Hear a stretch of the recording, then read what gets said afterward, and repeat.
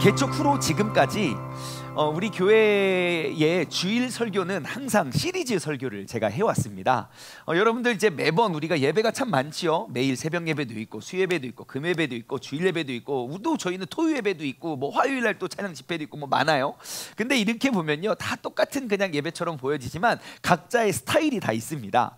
그래서 새벽 예배는 우리가 큐티 책 본문을 가지고 우리가 큐티 말씀을 함께 나누는 그런 설교를 하고요. 수요일 날은 우리가 성경 공부를 합니다. 그래서 그냥 쭉 말씀을 듣는 시간이 아니라 같이 어떠한 주제나 어떠한 무엇을 정해서 우리가 같이 성경 공부를 하는 시간. 그리고 주일 날은 어떻게 우리가 은혜를 나누냐면 주일 날에는 어떠한 주제나 시리즈를 정해서 제가 시리즈 설교를 합니다. 그래서 그때그때 각 주마다 각 주제마다 뭐 짧은 거는 뭐 3주 4주에 한 주제에 끝날 수도 있고 길게는 8주에서 한 12주 정도까지 주제를 다루어 본 적도 있는 것 같아요. 그래서 각각의 주제를 가지고 그 주제에 대해서 우리가 깊이 이렇게 생각해보는 그러한 예배를 설교를 쭉 진행해 왔는데요. 2022년에는 우리가 좀 새로운 도전을 했습니다. 무엇이냐면 여러분 2022년 한 해 우리 교회 표어가 무엇이죠? 감사해요. 예, 표어를 잘 알고 계셔서 여기 써 있어요. 안 볼래야 모를래야 모를 수가 없는 우리 한 해의 표어는 친밀함이었어요. 그래서 우리가 그 친밀함을 어떻게 이루어 갔으면 좋을까라는 생각을 하는 가운데 우리가 새롭게 도전하고 결단한 거는 우리가 예수님과 신앙생활을 아무리 오래 해도 저도 교회 지금 40년째 다니고 있는데 교회를 40년 다녀도 늘 내가 그냥 해야 할 일은 해요. 뭐 기도도 하고 예배도 하고 뭐 이렇게 뭐 봉사도 하고 할 거는 하지만 여전히 어떠한 사건과 어떠한 일 앞에 주님은 항상 멀리만 계시게 느껴지는 거예요. 우리가 아무리 신앙생활을 오랫동안 하더라도 예수님과 친밀해지지 못하는 이유를 파악하기 위해서 우리는 올 한 해에 예수님과 멀어지게 된 45가지 이유라는 그 책을 중심으로 우리가 1년 내내 이 하나의 주제만 가지고 우리가 말씀을 나누고 있습니다. 그래서 우리가 뭐 올해 아직 뭐 올해가 다 마친 건 아니지만 올 한 해 동안 우리는 매주 예수님과 내가 열심히 교회도 가고 봉사도 하지만 열심히 뭐 헌금도 하고 뭐 여러 가지 행사도 하지만 여전히 주님과 멀게만 느껴질 수밖에 없는 그러한 이유들이 정말 내 안에 내가 알면서도 계속 묻어두고 쌓아두었던 그런 죄악 때문이구나. 그래서 우리가 알고 짓는 죄, 내가 죄인지 모르고 짓는 죄들을 우리가 한 가지 그 죄의 뿌리를 뽑아내면서 우리가 한 걸음 한 걸음 주님과 가까워지기를 우리는 다짐하고 있습니다. 제가 오늘이 벌써 예수님과 멀어지게 된 이유, 오늘의 28번째 시간이더라고요. 그래서 제가 오늘은 지난 27번의 설교의 제목들과 그 주제들을 제가 한번 쭉 훑어봤어요. 그래서 예수님과 멀어질 수밖에 없었던 그 이유들, 그 주제들을 한번 생각해 봤는데요. 여러분 한번 제가 쭉 띄워드릴 테니까 여러분 한번 그거를 보면서 맞아, 이런 설교 있었구나 한번 한번 떠올려 보았으면 좋겠어요. 복습. 자, 거짓말, 고집, 권력을 사랑함, 교만, 다툼과 불화, 반역, 분노, 불신앙과 낙심, 비웃음, 비판과 판단, 짜증과 신경질, 존경심의 상실, 이기주의, 외식, 분주함, 사랑이 없음, 자기연민, 무관심, 중상과 험담, 시기심, 근심과 걱정, 불순종, 불신, 까다로움. 올 한 해 동안 우리가 이 주제들을 가지고 이것이 우리의 삶의 죄악이 되고 있고 우리가 이러한 것들을 마음에 가득 담아둔 채 내가 그냥 형식적으로 일주일에 교회 한 번 왔다 가고 두 번 왔다 가고 믿음 좀 3번 4번 왔다 가고 그러면 믿음이 점점점 커지고 주님과 가까워지는 것이 아니라 우리의 삶에 내가 하는 것도 하되 내 삶에 그냥 뿌리 깊게 자리 잡고 있는 저러한 죄악의 뿌리들을 우리가 하나씩 뽑아서 하나님과 점점점 가까워지는 것이 그것이 우리가 주님과 가까워질 수 있는 방법임을 우리가 함께 나누어 보았습니다. 어떠하십니까? 여러분 이 주제들을 쭉 보니까 어떻게 지난 한 해 여러분 한 주 한 주 우리가 나눠지는 말씀의 죄악들과 싸워서 여러분 승리함으로 그 죄악의 뿌리가 뽑혀지면서 하나님과 점점점 가까워지는 한 해를 보내고 계시지요? 원래 이때 우레아 같은 아멘소리가 나와야 되는데요. 이것이 아니면 다른 경우예요. 아니면 매주 우리가 이렇게 말씀을 나눌 때 죄에 대한 인식은 해요. 맞아, 이것도 죄지. 맞아, 내가 이래서 주님과 가까워질 수 없지 라고 인식을 하지만 인식의 단계에서 멈추어 서서 결국 1년을 다 지났는데도 예수님과는 예수님과 나와는 이전과는 똑같은 거리를 유지하고 계십니까? 여러분은 전자입니까? 후자입니까? 하나, 둘, 셋. 이렇게 대답이 없는 건 전자라면 크게 이야기하겠죠. 할렐루야 이렇게. 후자인 것 같은 분위기가. 그래서요, 여러분, 만약 우리가 이토록 예수님과 친밀해지기 위해서 우리가 1년이라는 시간을 다른 주제들을 가지고 말씀을 나눈 게 아니라 1년 내내 내가 주님과 가까워질 수 없는 이유들에 대한 그 원인을 우리가 파악하고 가까워지기 위한 노력을 1년을 정하여서 매주 제가 이곳에서 이렇게 외치고 있는데, 지금 8개월이 지났어요. 벌써 9월 둘째 주예요. 그리고 이런 식으로 우리가 1년을 투자를 했는데도 주님과 나와의 사이가 좁혀지지 않고 있다면, 여러분, 우리는 작전을 바꿔야 됩니다. 무슨 말입니까? 내가 지금 이 상태의 이 믿음 생활, 올 한 해 동안 내가 해왔던 믿음 생활로는 우리는 10년, 20년이 지나도 주님과 가까워질 수 없다는 것이에요. 그냥 신앙생활의 연수만 더해질 뿐, 내가 어떠한 사건과 어떠한 일들, 상황 앞에서 내가 정말 주님이라면 어떻게 하셨을까? 예수님이라면 어떻게 말씀하시고 예수님께서 어떻게 행동하셨을까? 그 주님과 가까워짐으로써 맺을 수 있는 열매가 우리의 삶에 맺혀지지 않은 채 주님은 항상 멀게만 느껴지고 그냥 내가 해야 할 일만 하는 것. 예배 한번 드리면 되지 뭐. 그냥 봉사 적당히 하면 되지 뭐. 헌금 이렇게 하면 되지 뭐. 그냥 주님과 나와의 친밀한 관계가 맺혀지지 못하고 우리가 신앙생활 하게 될 수도 있다는 것입니다. 그래서 오늘은요, 우리가 전반전의 경기를 한번 살펴보고, 이제 올해 우리가 아직 많이 남았잖아요. 9월, 10월, 11월, 12월 4달이 남았는데, 남은 우리 2022년의 후반전을 우리가 어떠한 작전으로 어떻게 새롭게 도전할 수 있을지 우리가 중간 점검할 수 있는 그러한 시간이 되었으면 좋겠습니다. 그래서 오늘의 주제는 예수님과 멀어지게 된 이제 이유, 오늘은 28번째 시간으로 하프타임을 제가 정해 보았습니다. 하프타임이 무엇입니까? 운동 경기에서 쿼터 혹은 전반전을 마치고 갖는 그러한 휴식 겸 작전 지시 시간입니다. 예를 들어 축구로 예를 들어 볼게요. 여러분, 축구는 총 몇 분 경기를 하죠? 90분 경기합니다. 90분 경기를 해요. 근데 90분 엄청난 에너지로 90분을 뛸 수 없기 때문에 45분 뛰고 한 15분 쉬고 또 나머지 45분을 뜁니다. 그래서 그 중간에 쉬는 그 15분, 규정은 무엇이냐면 15분 이하로 쉬게 되어 있더라고요. 그래서 그 15분 정도의 하프타임을 보내고 그리고 나머지 후반전을 보내게 되는데요. 축구의 경기에서 하프타임은 굉장히 중요한 의미를 가지고 있습니다. 왜냐하면 그 감독이 그 경기와 상대를 분석하고 그 경기를 준비한 모든 작전이 전반전에 쫙 이루어지면 제일 좋겠지만 감독의 예상대로 이루어지지 않을 수가 있어요. 왜냐? 상대편 감독도 가만히 있지 않거든요. 늘 하던 대로 플레이하지 않고 그 상황과 그 경기에 맞춰서 이렇게 맞춤형 경기를 하거든요. 그래서 나의 작전이 잘 통하지 않았다면 그 작전을 새롭게 변경하고 그것을 지시할 수 있는 시간이 바로 하프타임인 거예요. 그리고 사람마다 사람이기 때문에 컨디션이 조금씩 달라요. 미국에서 가장 인기가 많은 스포츠가 뭔지 아십니까? 미국에서? 네? 미식축구예요. 맞아요, 미식축구예요. 그래서 매년 추수감사절 그때 시즌이 되면 미식축구 경기를 엄청 크게 해요. 미국에서 가장 광고값이 비싼 운동 경기가 미식축구예요. 1초에 몇 억씩 해요. 1초에. 그래서 그 미식축구 경기를 보잖아요. 그럼 감독과 선수들이 안에서 필드 안에 있어요. 그런데 미식축구 경기에서 보면은 항상 어떠한 한 명의 코치는요, 경기장 맨 위에 꼭대기에서 무전기를 들고 전술을 지시한다고 해요. 왜냐하면 경기의 루트를 보면 어떠한 선수와 어떠한 특징을 다 파악하고 있지만 어떠한 선수가 컨디션이 오늘 좋은지 나쁜지를 다 파악하고 공격 루트를 짜고 그 전파를 보낸대요. 그게 경기예요. 어느 쪽이 오늘을 뚫리고 어느 쪽이 지금 이 사람의 컨디션이 좋고 나쁜지를 파악해서 그 하프타임, 그 경기를 멈추고 모여있는 시간에 플레이가 좋지 못한 선수들을 교체해 주기도 하고요. 그리고 정신적으로 무장이 되지 않고 있다면 정신적 무장을 시켜주고요. 그리고 통하지 않는 작전이 있다면 새로운 작전을 지시하고 크고 작은 변화를 이끌어주는 것이 바로 하프타임이에요. 제가 얼마 전에 유튜브를 보다가 제가 되게 좋아하는 축구 선수 중에 한 명이요. 여러분 모두가 다 좋아하시겠지만 홍명보 감독님 계십니다. 홍명보 감독님 진짜 대한민국 축구 역사에 한 정말 큰 기둥을 감당하고 계시죠.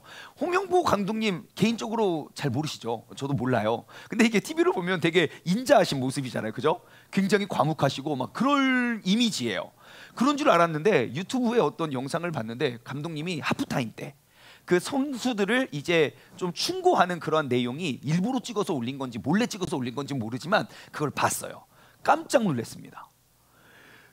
그 전반전 경기가 마음에 들지 않았던 것이, 그래서 그 선수들을 책망하시는데 막 소리를 지르면서 그 엄청난 허벅지로 의자를 빡 걷어차면서 니네들 이런 식으로 경기 이게 무슨 축구냐고, 이게 무슨 팀이냐고, 심판이 있으면 경기가 잘 안 풀려도 그냥 끝까지 최선을 다해야지 뭐 니네가 심판이라고 막 뭐 계속 손들고 뭐 하는 거냐. 저도 그렇게 아무리 화가 나도 저는 그렇게 화를 내지 않을 것 같은데 그 한 경기 전반전이 풀리지 않는다고 해서 그렇게 정신무장을 시키더라고요. 바로 그게 하프타임의 의미입니다. 전반전 내내 어려운 경기를 가졌다면 그 하프타임을 통해서 새로운 작전을 도입하고 새롭게 도약하는 그러한 시간인 거죠. 만약에 전반전 내내 힘든 경기를 치르고 돌아왔는데 아무런 변화도 주지 않는 감독은 없을 것입니다. 이것을 우리의 신앙생활로 한번 가지고 올까요? 저는 우리 세종중문교회 감독으로서 우리 모든 성도님들이 올 한 해를 통해서 예수님과 점점점 친밀해지는 그 작전을 가지고, 그래야 우리는 이 경기에서 올 한 해의 싸움에서 우리는 영적인 승리를 할 수 있는데, 전반전을 다 보냈어요. 근데 여전히 여러분 한 해 동안 주님과 가까워지고 계십니까? 아멘! 내 소리가 나오지 않고 있다면 후반전을 그냥 이대로 보낼 수가 없기 때문에 오늘은 2022년 친밀함이라는 주제를 가지고 하프타임의 시간을 가지려고 합니다. 올 한 해 나는 주님과 얼만큼 친해졌는지 여러분 오늘 이 시간을 통해서, 이번 한 주를 통해서 우리가 한번 돌아보고 점검해 보았으면 좋겠습니다. 그럼 이런 질문을 할 수 있어요. 목사님, 예수님과 가까워지는 게 무엇입니까? 여러분, 주님과 친밀해지는 게 뭡니까? 이래서 우리가 친밀해지기가 어려운 거예요. 뭔지를 알아야 친밀해지든지 말든지 하죠. 제가 여러 가지 기준이 있지만 제가 한 가지 기준을 딱 정해드리려고 해요. 하나님과 나와 친밀해지면 친밀해질수록 반드시 맺혀지는 열매가 하나 있다면 그것이 무엇인가 한번 생각해 볼게요. 성경에 많은 율법들이 있어요. 많은 계명들이 있어요. 그 중에 가장 크고 첫 번째 되는 계명이 무엇이죠? 마태복음 22장 36절에서 39절이에요. 한 율법사가 예수님을 시험하려고 물어봅니다. 마태복음 22장 36절에서 39절. 네, 자, 선생님, 율법 중에 어느 계명이 제일 큽니까? 라고 물어봐요. 그러니까 예수님께서 말씀하세요. 내 마음을 다하고 목숨을 다하고 뜻을 다해서 주 너의 하나님을 사랑해라. 이게 크고 첫 번째 되는 계명이고, 둘째는 그것과 똑같은 것인데 내 이웃을 내 자신과 같이 사랑해라. 자, 성경의 많은 율법과 많은 계명 중에 가장 크고 첫 번째 되는 계명이 무엇이냐면 내가 하나님을 사랑하고 그 큰 사랑으로 이웃을 사랑하는 거예요. 다시 말해, 하나님은 사랑의 본체이시기 때문에 그가 행하는 모든 일에는 사랑이 담겨져 있습니다. 내가 주님의 사랑을 느끼고 내가 그 주님을 사랑한다 고백하면 그 사랑이 커지면 커질수록 그 사랑을 무엇으로 증명합니까? 그 사랑의 크기만큼 이웃에게 전달되는 것으로 우리는 증명할 수 있어요. 내가 하나님의 사랑이 커지고 깊어짐의 의미를 다른 것에서 내 느낌과 감정에서 찾는 것이 아니에요. 그 사랑이 이와 똑같은 것이니 내 이웃을 내 몸과 같이 사랑하라는 거예요. 즉, 내가 하나님 사랑의 증거와 열매는 내 이웃 사랑에 있다는 거예요. 다시 말해, 내가 이웃 사랑의 반경이 넓어지는 것이 곧 하나님 사랑이 커져감을 증명해 준다는 거예요. 여러분, 인간의 본성은 이기적이에요. 나만 잘 되면 돼요. 나만 안 아프면 돼요. 하지만 그것이 하나님 사랑의 열매가 아니라고 성경은 이야기해요. 보세요. 성경에 기록되어 있는 하나님을 뜨겁게 사랑하고 하나님께서 특별히 사랑했던 모든 사람들의 공통적인 특징은 무엇입니까? 자기만을 위해 살지 않았다는 거예요. 하나님께 쓰임받으면 쓰임받을수록 더욱더 많은 이들을 위해 헌신했다는 거예요. 성경, 구약과 신약의 모든 사람들 통틀어서 나를 위해 살지 않았어요. 남을 위해 살았어요. 내가 주님과 더욱더 친밀하면 친밀할수록 더욱더 많은 이들을 구원을 하기 위해서 그들의 삶을 헌신했다는 거예요. 그들의 삶의 헌신과 그들의 삶의 포기로 하나님의 사랑을 증명해 보였다는 거예요. 하나님을 만나기 전에는 나만 잘 되면 되고 이기적인 모습으로 나아가면 돼요. 하지만 하나님께 귀하게 쓰임받으면 쓰임받을수록 내가 사랑할 수 없는 사람까지도 사랑하고, 내가 돌보지 않고 신경도 안 쓰였던 사람들까지도 관심이 쏟아지는 것, 그것이 하나님의 사랑이 아니고서는 무엇으로 증명할 수 있겠습니까? 사단은 우리에게 뭐라고 외칠까요? 막 없는 사람까지 막 사랑을 섬기고 베풀고 막, 절대 그렇게 가르쳐주지 않지요. 있었던 공동체도 파괴시키는 게 사단인데요. 지구상에 아담과 하와 2명밖에 없는데 그것 이간질해서 하나님과의 관계를 끊어놓는 게 사단인데요. 가족이 4명이에요. 근데 형이 동생을 죽여버리게 만드는 게 사단이라고요. 그러므로 우리가 하나님과 가까워지고 있다는 것은 하나님을 사랑하면 사랑할수록, 내가 주님과 친밀해지면 친밀해질수록 그것의 증거는 내 사랑의 반경을 넓혀가는 거예요. 그것을 통해서 우리는 하나님과 가까워짐을 우리는 증명할 수 있게 되는 것입니다. 여러분, 사랑은요, 나를 향한 하나님의 사랑은 절대로 내 안에 고이게 되어 있지 않습니다. 주님께서 나에게 사랑을 부어주셨음을 내가 알고 깨달았다면 그 사랑은 반드시 나로부터 흘러가야 돼요. 그것이 주님께서 나를 택하여 부르신 목적이 된다는 사실을 기억했으면 좋겠습니다. 이전에는 가까워질 수 없었던 사람들과 가까워지고 있다면 그것이 내가 하나님과 점점점 친밀해지고 있음의 증거입니다.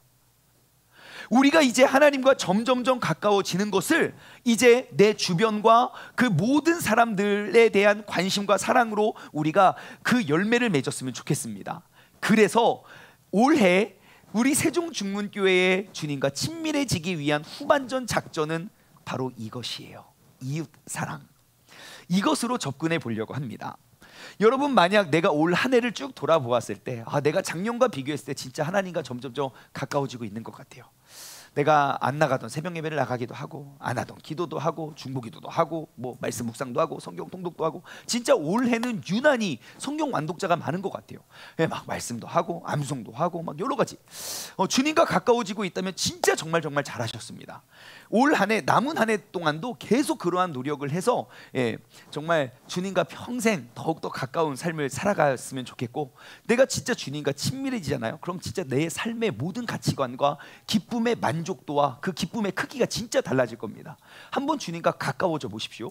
자, 그러면 하지만 만약에 내가 올 한 해를 돌아보았을 때 내가 주님과 이렇게 친밀해졌다는 느낌을 받지 않고 친밀해지지 않은 것 같다면, 여러분, 후반전에는 작전을 바꾸셔야 됩니다. 지난 8개월 동안 우리 교회와 그 모든 공동체 속에서는 1년 내내 외쳤던 것은 예수님과 가까워지기를 외쳤어요. 하지만 지난 8개월을 지나고 9월 둘째 주를 맞았는데 여전히 주님과 나와의 사이가 멀게만 느껴진다면, 여러분, 오늘 작전을 바꾸세요. 지금 그 방법으로는 이제 승산이 없어요. 우리가 주님과 가까워질 수 없기 때문에 남은 경기 새로운 작전으로 임했으면 좋겠어요. 우리가 남은 경기 어떠한 작전으로 임하게 될까? 그 작전을 공개하기 전에 한번 인사를 한번 했으면 좋겠어요. 우리 정신을 똑바로 차립시다. 자, 시작.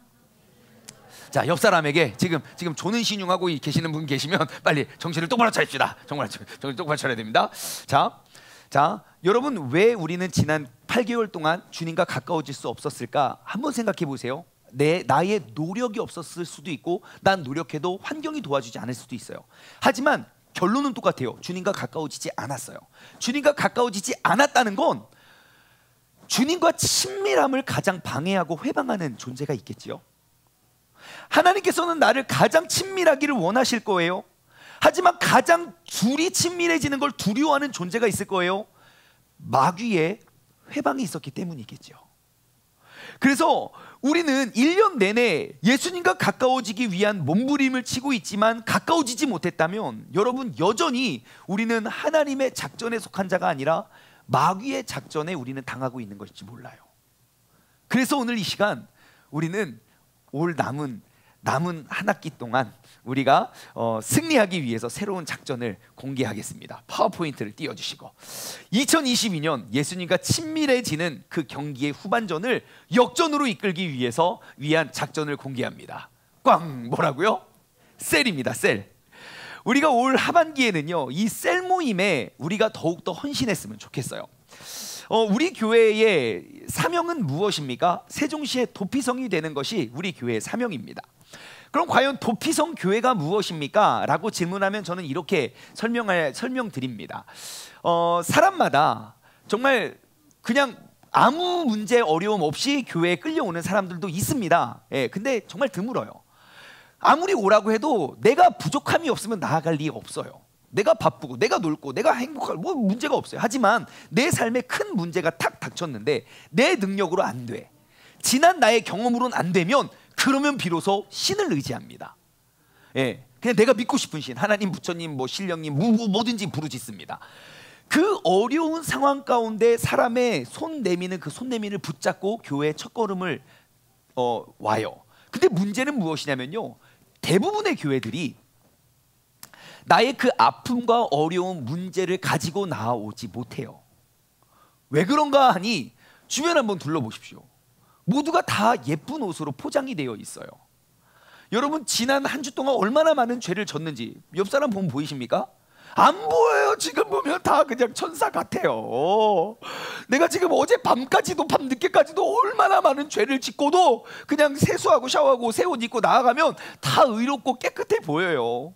여러분, 교회 안에 포장지, 그 포장 기술이 얼마나 쉬운지 아십니까? 여러분, 은혜 받는 사람으로 포장하는 게 쉽습니까? 어렵습니까? 되게 쉬워요. 찬양할 때요, 찬양 시작하잖아요, 그냥 일어나서 손 들고 있으면 믿음 좋아 보여요. 심지어 노래 안 따라해도 돼요. 뭐 한 손 들기, 두 손 들면 돼요. 기도할 때 어떻게 포장 어떻게 하면 됩니까? 할 거 없으면 주여만 외치면 돼요. 주여, 아버지. 이것만 해도 기도 되게 잘해 보여요. 다른 기도 안 해도 돼요. 뭐 방언 날라라 따따따 안 해도 돼요. 그냥 아버지, 주여. 그러면 와, 진짜 저 사람 진짜 기도 잘한다. 다 그래요. 얼마나 포장하기가 쉬운데요. 이것도 저것도 아니잖아요. 그러면 그냥 교회에 자주 나와서 앉아있기만 해도 믿음 좋다 그래요. 어쩜 이렇게 믿음이 좋아서 예배를 안 빠진다고. 저 실제 그런 사람 만났어요. 예전에 어떤 젊으신 분이 새벽에, 제가 전에 섬기던 교회 새벽 예배를 되게 열심히 나오시는 거예요. 그래서 되게 열심히 나오고, 와, 진짜 대단하시다, 어떻게 젊은데 이렇게 새벽 예배 잘 나오시나. 한 2년 정도 지난 다음에 성경 공부를 했는데 그분이 오신 거예요. 그래서 저는 그분이 믿음이 되게 좋은 줄 알았죠. 어떻게 오셨습니까? 자기소개를 하는데 저는 성경에 대해서 아는 것도 없고 예수님 믿은 지 얼마 되지도 않았고 아는 것이 하나도 없대요. 제가 되물었죠. 아니 근데 어떻게 새벽 예배를 안 빠지고 나오세요? 아니 너무 힘든 일이 있어서 잠도 안 와가지고 그냥 집에서 누워있는 것보다 교회 가서 앉아있는 게 나을 것 같아서 그래서 맨날 앉아있었대요. 세상에 우리가 이런 줄 알아요, 저런 줄 알아요. 일단 새벽 예배 많이 앉아있으면 믿음이 좋은 사람으로 포장이 돼요. 근데 문제는 무엇입니까? 나의 문제, 그 포장지가 벗겨지는 순간 우리는 그 공동체를 떠날 수밖에 없어요. 사람들의 시선도 바뀌고요, 사람들의 대화도 그렇고요, 거리를 두고. 그러니까 진짜 나의 문제를 가지고 나아갈 수 있는 공동체가 그렇게 많지 않더라고요. 그래서 우리는 작전을 바꿨어요. 우리 교회가 좀 그런 교회 되자. 포장지 그냥 벗기고 그냥 있는 모습 나오고, 그냥 힘들면 힘든 대로, 아프면 아픈 대로, 어려우면 어려운 대로 그냥 그 아픔과 상처와 문제를 가지고 나와도 뭐 이런 사람이 다 있어가 아니라 그냥 그를 있는 모습 그대로 안아주고 품어줄 수 있는 그런 공동체가 되자. 그것이 우리 도피성 교회 아닙니까? 근데 문제는 무엇입니까? 이렇게 주일 예배만 드려서는 절대로 그런 것들을 나눌 수가 없다는 거예요. 여러분들은 그냥 가만히 앉아서 아멘만 하면 되잖아요. 말은 제가 다 하잖아요. 그럼 어떻게, 언제 우리가 삶을 나누고 그러한 것들을 위해 기도하고 언제 나누겠습니까? 그래서 저는 이 셀을 이렇게 정의해요. 작은 도피성이라고요. 우리 세종중문교회 작은 도피성은 그 셀이에요. 진짜 중요한 건 무엇입니까? 그냥 나와서 그냥 나의 삶의 그런 아픔과 상처와 모든 문제를 편안하게 나누고 그것을 위해 함께 기도해 줄 수 있는 그런 공동체예요.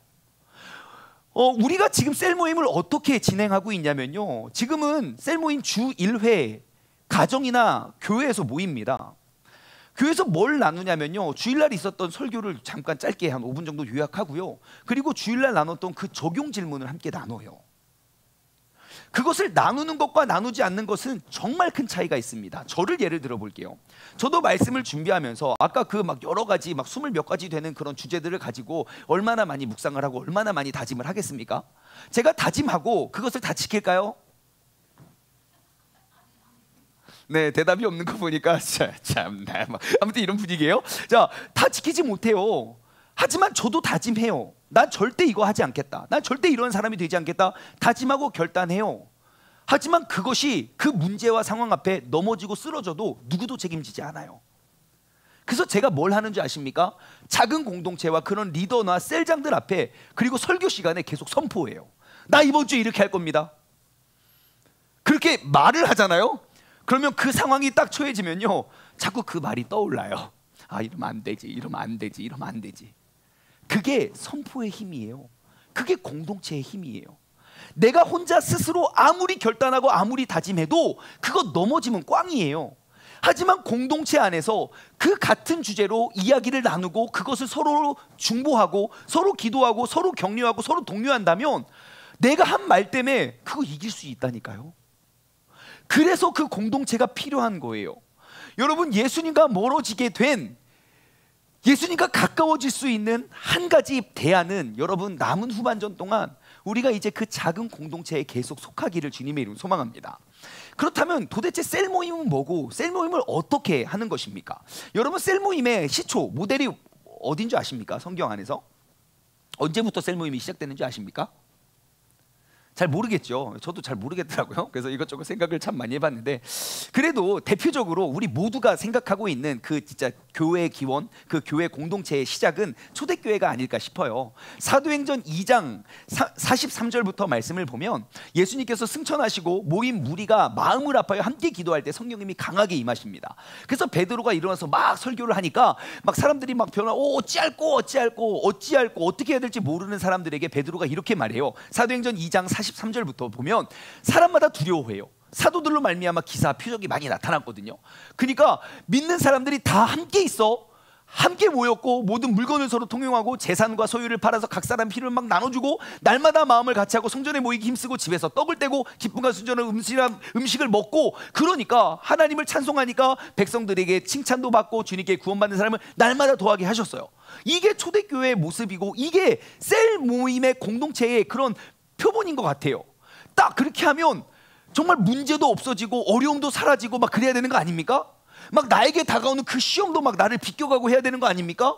그런데 이 2장 뒤에 3장은 어떤 이야기가 따라옵니까? 베드로와 요한이 안진뱅이를 일으켰다는 그 누명을 써서 감옥에 가요. 그게 신앙생활이에요. 기도하면 모든 어려움이 다 없어지는 게 아니고 의로워도 억울하게 감옥에 처할 수도 있다고요. 그리고 나서 그들이 갇혀요. 다 퇴근한 시간이어서 구치소에 갇혀요. 구치소에 하루 동안 있다가 다음날 오전 아침 일찍 산헤드린 공회라고 그 동네에 가장 똑똑하고 가장 권위 있고 가장 힘 있고 가장 권력 있는 사람 72명이 모여서 직결 심판이 가능한 그곳에 나와서 이제 재판을 받습니다. 아무리 많이 아는 사람도 그곳에 가면 떨려요. 왜냐하면 말 한마디 잘못하면 죽을 수도 있거든요. 근데 베드로와 요한 학력 아십니까? 당연히 모르죠. 나온 학교가 없으니까 그냥 외계에서 막 그냥 어부하고 막 뭐 학교 공부도 안 했어요. 그래서 이 사람들을 잡아놓고 이야기 신문을 하는데 세상에 말을 너무 잘하는 거예요. 어떻게 말로 할 수가 없는 거예요. 왜냐하면 성령님께서 그들에게 해야 할 말을 떠올리게 하시거든요. 그래가지고 그 싸움에서 이겨서 어떡하지? 야, 너 일어난 일 아무한테도 말하지 마 라고 그냥 경고하고 보내요. 자, 어제 밤새 구치소에서 있다가 지금 나왔어요. 자, 그러면 어디를 가겠습니까? 일단 해장국집 가서 해장하고 그 다음에 사우나하고 그 다음 집에 가는 거 아닙니까? 그게 정상인이잖아요. 근데 이 베드로와 요한은 어디를 향하냐? 사도행전 4장 23절과 24절입니다. 보세요. 사도들이 놓였어요. 베드로와 요한이 놓였어요. 구치소에서. 그리고 그 동료에게 가서, 그들이 간 곳은 동료에게 갔다는 거예요. 제사장들과 장로들의 말을 다 알렸어요. 그리고 그들이 그것을 듣고 한 마음으로 하나님께 소리를 높여 이르되, 그러면서 이제 기도를 합니다. 대주지의 천지와 바다 그 만물을 지으신 하나님이 또 주님께 막 찬양을 해요. 제가 이것이 진짜 가장 이상적인 셀 모임의 형태가 아닐까 싶어요. 뭐 했습니까? 23절과 24절 다시 보시면 그들은 동료에게 갔다는 거예요. 모임을 이루었어요. 그리고 그곳에서 뭐 합니까? 다 알렸대요. 있었던 일을, 삶을 나눴어요. 그 이야기를 듣고 다 같이 합심해서 기도를 했어요. 모임이 있었고 나눔이 있었고 기도가 있었어요. 그리고 그 기도 속에는 능력이 있었고요. 이것이 우리가 추구하는 그러한 작은 셀, 작은 공동체의 모습이 되어야 되는 거예요. 여러분, 우린 이를 통해서 알 수 있는 게 무엇입니까? 잘 모이다가도 나에게 억울한 일이 생겼어요. 나에게 어려운 일이 생겼어요. 그러면 가장 하기 어려운 게, 가장 먼저 나오는 반응이 모임에 가기 싫다는 거예요. 문제가 딱 생기면요, 일단 안 가고 싶어요. 왜? 가면 내가 무슨 얘기를 해야 될지도 알고 무슨 얘기를 들어야 될지도 알고 막 또 잔소리처럼 들리고 막 싫으니까요. 하지만 성경을 보세요. 문제가 생겼을 때 집으로 가는 것이 아니라 공동체를 향해 나아가요. 그 모인 공동체에서 있었던 일과 나눔이 있고 그 나눔을 통해서 그들이 함께 기도하고, 그리고 그 4장 후반절의 말씀을 보면 또다시 성령 충만에 땅이 진동하는 그런 놀라운 회복의 역사가 일어나요. 모인 곳에 역사가 일어나는 줄 믿습니다. 그래서 제가 이러한 관점으로 가지고 모임과 나눔과 기도, 그 능력, 모임과 나눔과 능력이 셀 모임이라면 그 최초 셀 모임이 언제일까? 제가 생각하다가 갑자기 이 이야기가 떠오르더라고요. 여러분, 최초 셀 모임이 언제 이루어진지 아십니까? 제가 이 안경을 가지고 성경을 보니까, 저도 한 번도 이렇게 성경을 본 적은 없지만 이런 생각이 들었어요. 창세기 1장 26절에서 28절 말씀 한번 볼까요? 창세기 1장 26절에서 28절이에요. 보세요. 창세기 1장이에요. 아직 사람을 만들기도 전이에요. 하나님이 이르시되 우리의 형상을 따라 우리의 모양대로 우리가 사람을 만들고 그들로 바다의 물고기와 하늘의 새와 가축과 온 땅에 기는 모든 것들을 다스리게 하자 하시고, 하나님이 자기 형상 곧 하나님의 형상대로 사람을 창조하시되 남자 여자를 창조하시고 하나님이 그들에게 복을 주시며 그들에게 이르시되 생육하고 번성하고 땅에 충만하고 정복하고 모든 것들을 다스려라 그래요. 자, 삼위일체 하나님이 지금 모였어요. 모인 다음 뭐 했습니까? 앞으로 행할 일들을 나눴어요. 그리고 그 능력을 행했어요. 야, 이게 최초의 셀 모임이 아닌가? 라는 생각을 혼자 해봤습니다. 뭐 성경적이고 신학적이고 몰라요. 하지만 진짜 그 셀의 그 공동체, 교회라는 공동체가 모임과 나눔과 그 능력이 있다면, 하나님께서도 어떠한 일을 할 때 그냥 독단적으로 하는 게 아니라 그 삼위일체 하나님이 모이셨고 그리고 나누셨고 그리고 능력을 행하셨어요. 제가 이 관점을 가지고 신약 성경을 봤더니, 여러분, 예수님이 셀장인 거 아십니까? 많은 사람들 중에 12명만 딱 뽑아서 셀 모임 하시잖아요. 셀 모임이 뭡니까? 모였고 나눴고 능력을 행했어요. 12명을 데리고 항상 다니면서 이러한 저러한 일을 했고, 떡도 떼고 삶도 나누고 가르쳐 주시고 또 배우기도 하고 보고 배우고 시키기도 하고, 그 다음에 그들이 또 문제 삶을 다 나눴어요. 이러한 일 저러한 일 막 뭐 두런두런 이야기 나누고 질문 있으면 하고, 그 다음 또 거기서 그친 게 아니라 이제 또 능력을 또 행해요. 예, 여러 가지 능력을 행해요. 그래서 이 셀 모임, 그 작은 공동체의 힘이 이렇게 강하고 하나님도 예수님도 그러한 사역을 해오셨구나. 우리는 여기서 지혜를 얻을 수 있어요. 그래서 오늘 본문 말씀은 예수님께서 행하셨던 그 셀 모임의 특징을 우리는 발견할 수 있게 됩니다. 자, 12절이에요. 이때에 예수님께서 기도하러 산으로 가서, 예수님께서 기도하러 산으로 가셨어요. 그리고 언제까지 기도하십니까? 밤이 새도록 기도하십니다. 예수님을 밤새도록 기도하게 하는 기도의 제목 그렇게 많지 않습니다. 뭐 십자가에 달려 돌아가시기 전 뭐 이런 거, 그리고 뭐 새벽에 기도하러 가시고 이런 건 있지만 밤이 새도록 기도하신 적은 많지 않거든요. 근데 이 일이 무엇인지 몰라도 되게 중요한 일이었던 것 같아요. 밤새도록 기도를 하십니다. 기도하시고 그 다음에 날이 밝았어요. 13절. 그 제자들을 부르사 그 중에서 12를 택하여 사도로 칭하셨으니, 자, 날이 밝았어요. 그 제자들을 불렀어요. 몇 명을 불렀나요? 다시 한번 보세요. 날이 밝았어요. 그 제자들을 부르사 그 중에서 12를 택하여 사도로 칭했어요. 제자들은 몇 명이었을까요? 더 많았겠죠. 예. 그래서 이 13절은 제자와 사도를 구분해 놨더라고요. 그럼 과연 제자는 누구이고 사도는 누구인가? 우리 모두가 제자가 되기를 원하지만 우리는 거기서 만족하잖아요. 그래서 우리는 주님과 그 사이가 좁혀지지 않는 이유일 수도 있어요. 그 제가 찾아보니까 여기서 나오는 이 제자라는 단어는요, 헬라어 단어로 마데테스라는 단어예요. 그 단어의 의미는 무엇이냐면 배우는 사람, 학생, 제자예요. 그러니까 말 그대로 배우는. 그 예수님께서 밤새 기도하시고 딱 내려와서 제자들 모여라. 많은 사람들이 모였어요. 그 모이는 사람들은 배우기를 원했고 학생이었고 그냥 배우는 제자였어요. 근데 그 중에 예수님께서는 12명을 택하여 부르셨어요. 그 12명은 누구입니까? 사도로 불렀어요. 사도, 제가 많이 반복했죠. 아포스톨로스라는 단어예요. 그 단어의 의미는 무엇입니까? 보냄을 받은 자예요. 부르심을 받은 자. 누가 와요? 여기 누가 어떻게 왔습니까? 누가 저를 보내서 왔어요. 왜 보냈습니까? 뭐 이거 전하래요. 그렇습니까? 보냄을 받은 자예요. 다시 말해 그 셀 모임과 그 공동체 속에서 우리는 제자에서 만족하는 것이 아니라 이젠 제자에서 사도로 우리가 나아가야 된다는 거예요. 그럼 주님께서는 밤새 무엇을 위해 기도하셨을까요? 주님, 많은 제자가 있습니다. 과연 누구를 사도로 세울까요? 그 사도를 택하신 주님의 뜻이 무엇입니까? 내가 어떠한 사람에게 그런 사도직을 나눠서 어떠한 사람에게 그러한 본이 되고 모델이 되는 그 12명을 선발할 수 있습니까? 주님께 밤새 기도해야 할 문제였다는 거예요. 여러분, 교회의 공동체와 그 셀 모임은요, 기도로 모여지는 곳이 되어야 하는 줄 믿습니다. 사람들이 모이기도 전부터 주님의 뜻을 물으며 계속 기도하면서 우리가 나아가야지요. 그리고 주님께서는 말씀해 주셨어요. 12명을 다 들었겠지요. 그리고 예수님이 딱 내려와서 그 12명을 사도로 보내는데 제가 그 12명의 이름을 읽어드릴게요. 14절과 15절이에요. 16절까지. 곧 베드로라고도 하고 이름을 주신 시몬과 그의 동생 안드레와 야고보와 요한과 빌립과 바돌로메, 마태, 도마, 알페오의 아들 야고보, 셀롯이라고 하는 시몬, 야고보의 아들 유다, 예수를 팔려는 자가 될 가롯 유다니라. 그 12명을 딱 세워요. 이들의 공통적인 특징은 무엇입니까? 다 무명한 사람들이라는 거예요. 개 중에 유명한 사람이 없어요. 이게 어떻게 그럼 그렇게 무능하고 각기 성격도 다르고 기질도 다르고 가정 형편도 다르고 각기 다른 사람 12명을 왜 예수님은 이렇게 모으셨을까요? 그를 위해서 밤새 기도했잖아요. 만약에 기도 안 하고 세론들 뽑으라고 해보십시오. 어떻게 뽑겠습니까?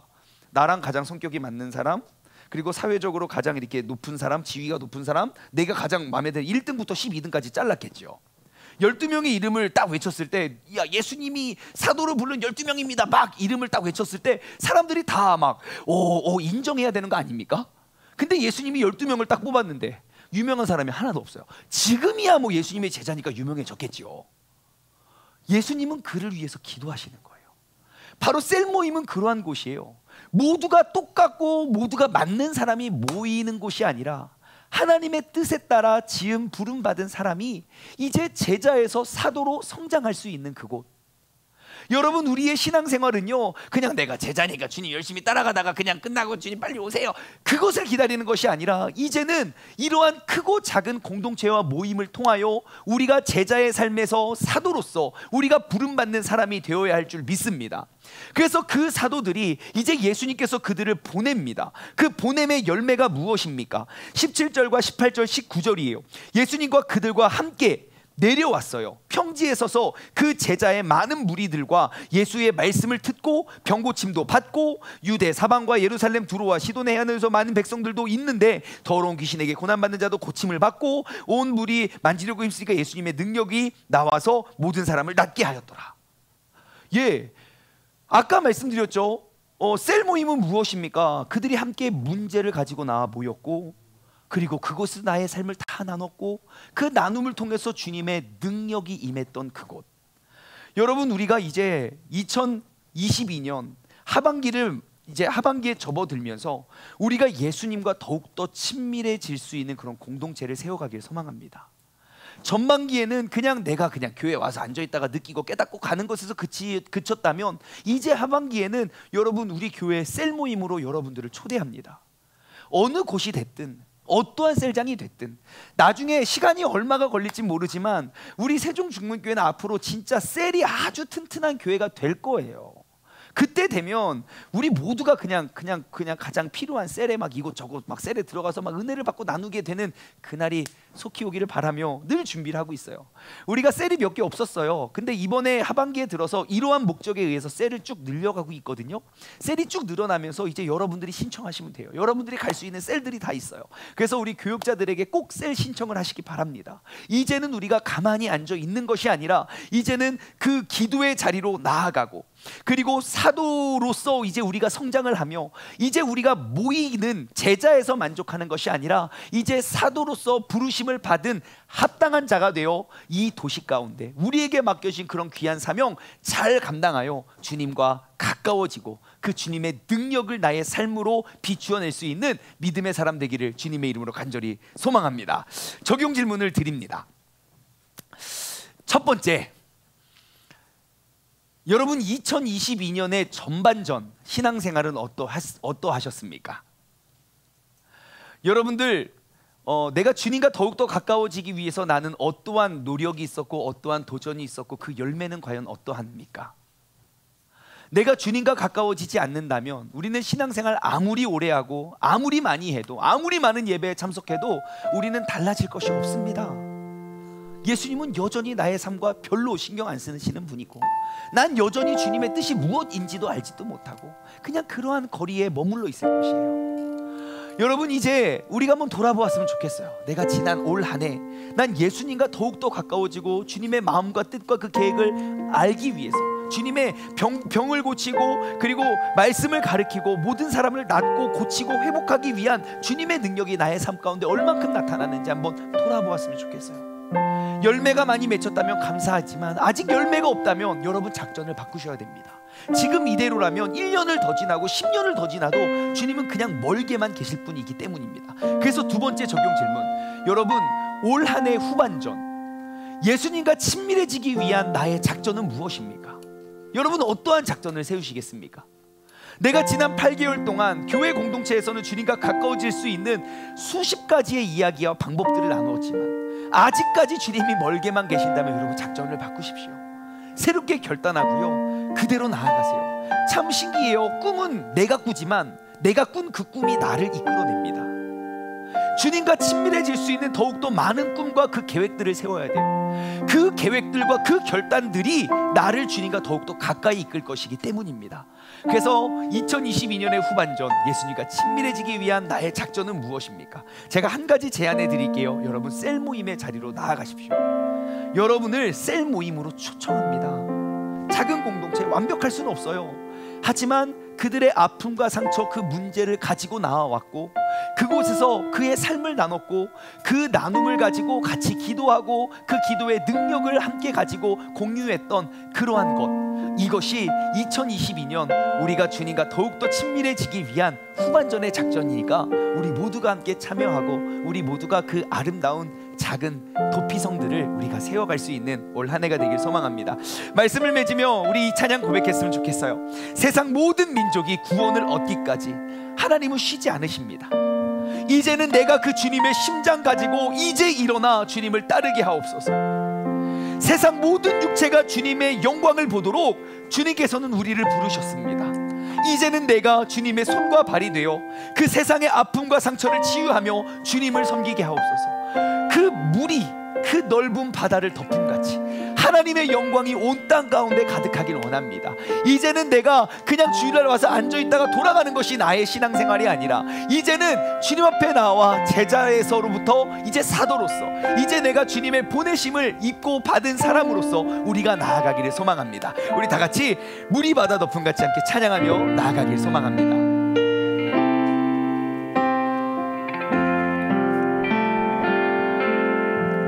세상 모든 민족이 구원을 얻기까지 쉬지 않으시는 하나님, 주의 심장 가지고 우리 이제 일어나 주 따르게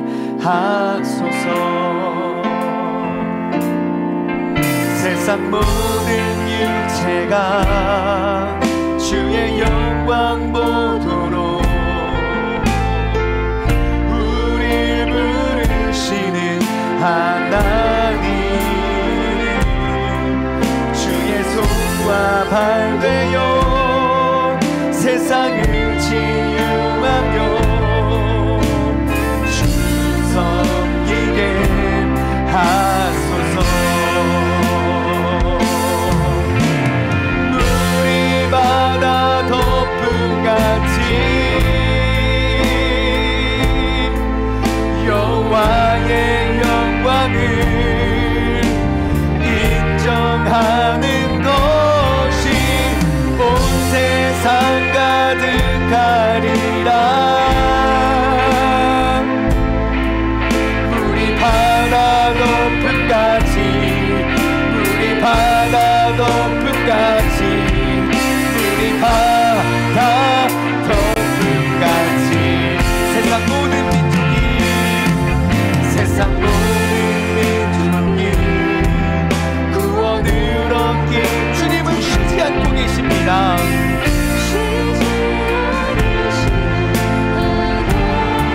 쉬지 않으시는 주님의 심장을 가지고 우리가 이제 일어나 주님을 따르기를 원합니다.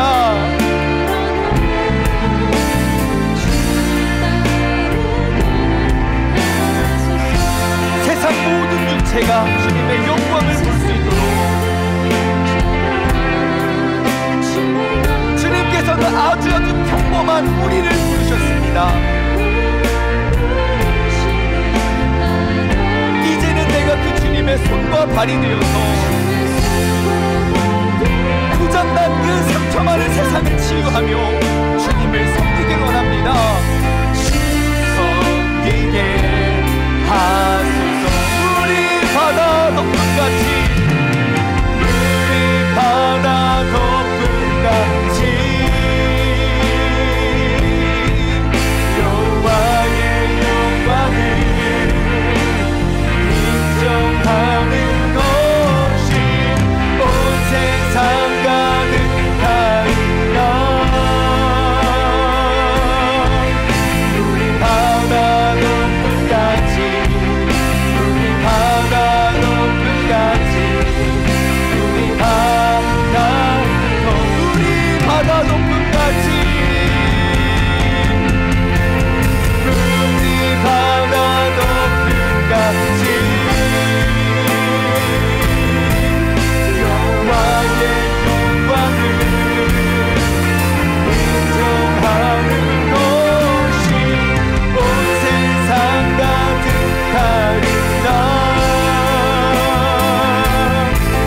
물이 바다 덮음같이, 물이 바다 덮음같이, 물이 바다 덮음같이.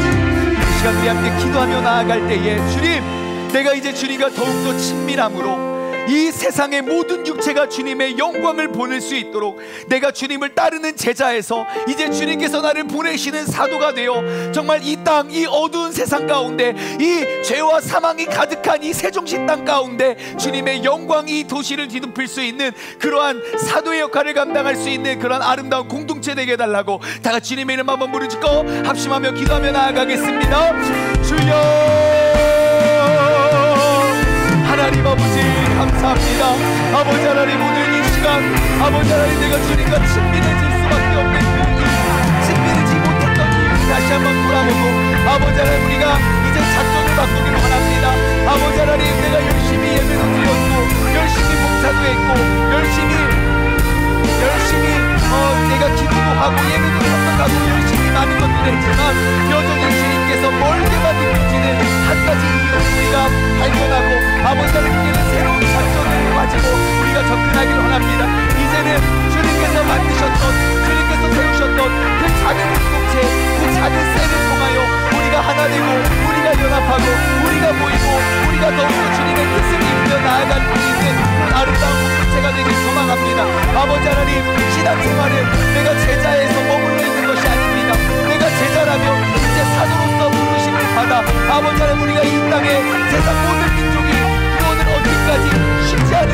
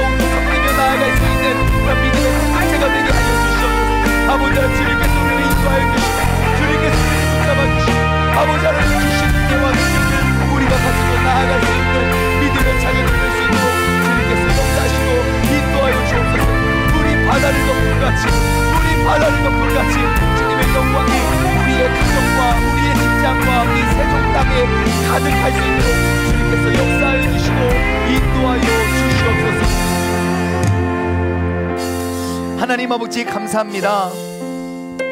하나님 2022년 한 해, 이 온 한 해를 우리가 주님과 더욱더 가까워지기를 우리가 소망하고 주님과 더욱더 친밀한 관계를 맺기 위해서 우리가 매주 노력하고 매일매일 노력하고 있습니다. 우리가 주님과 친밀해지면 친밀해질수록 주님의 마음이 곧 나의 마음이 되고 나의 구함이 곧 주님의 뜻이 되어야 한다면 주님의 시선이 머물러 있는 것과 그리고 주님께서 기뻐하시는 것과 주님께서 탄식하며 눈물 흘리는 것이 곧 나의 기쁨과 나의 슬픔이 되어야 하지만 여전히 우리는 주님과의 너무너무 멀리 있는 사이 때문에 나는 그냥 내 나름대로 교회도 오고 내 나름대로 봉사도 하고 내 나름대로 신앙생활을 한다고 하지만 그것이 결국 주님과 나를 친밀하게 이끌어내지 못하여 2022년 이 하반기 후반전에는 이제 새로운 작전으로 우리가 도전하길 원합니다. 예수님께서 그 작은 공동체, 예수님께서 그 12명의 제자를 불러 그들을 그냥 제자로 두신 것이 아니라 그들을 사도로 일으켜 세워 세상의 모든 민족들이 그 구원을 얻기 위해 그들을 보냈던 것처럼, 그들을 보내고 그들과 함께 하셨던 것처럼 하나님, 이 세상의 수많은 죄인들과 이 어두컴컴한 이 죄와 사망의 도시 가운데 우리가 주님의 보냄을 받은 사도가 되어 우리가 그 작은 공동체를 통하여 모이기에 힘쓰고 우리가 모여서 함께 삶을 나누고 기도함으로 우리가 이제 흩어져 우리가 더욱더 주님의 귀한 능력을 이루며 나아갈 수 있는 믿음의 공동체 되게 하여 주시옵소서. 우리 세종시 안에 세종중문교회는 정말 작은 것이지만 그 작은 공동체를 통하여 정말 12명의 제자를 통하여 모든 수백 수천만의 수억의 제자를 양성하셨던 것처럼 우리 세종중문교회가 이 어둠과 이 죄와 사망을 뒤덮을 수 있는 그 주님의 영광을 비추어 낼 수 있는 그러한 아름다운 공동체가 되게 하여 주시옵소서. 이제는 우리 주 예수 그리스도의 은혜와 아버지 하나님의 무한하신 사랑하심과 성령님의 교통하심이 물이 바다를 덮음같이 여호와의 영광을 온 땅 가운데 이 도시 가운데 우리의 가정과 직장 가운데 비추어내고 회복하길 소원하는 사랑하는 우리 세종중문 가족들 머리 위에, 그리고 이 시간 영상을 통해 예배드리는 모든 사람들 머리 위에 이제로부터 영원토록 함께 하시길 간절히 축원하옵나이다. 아멘.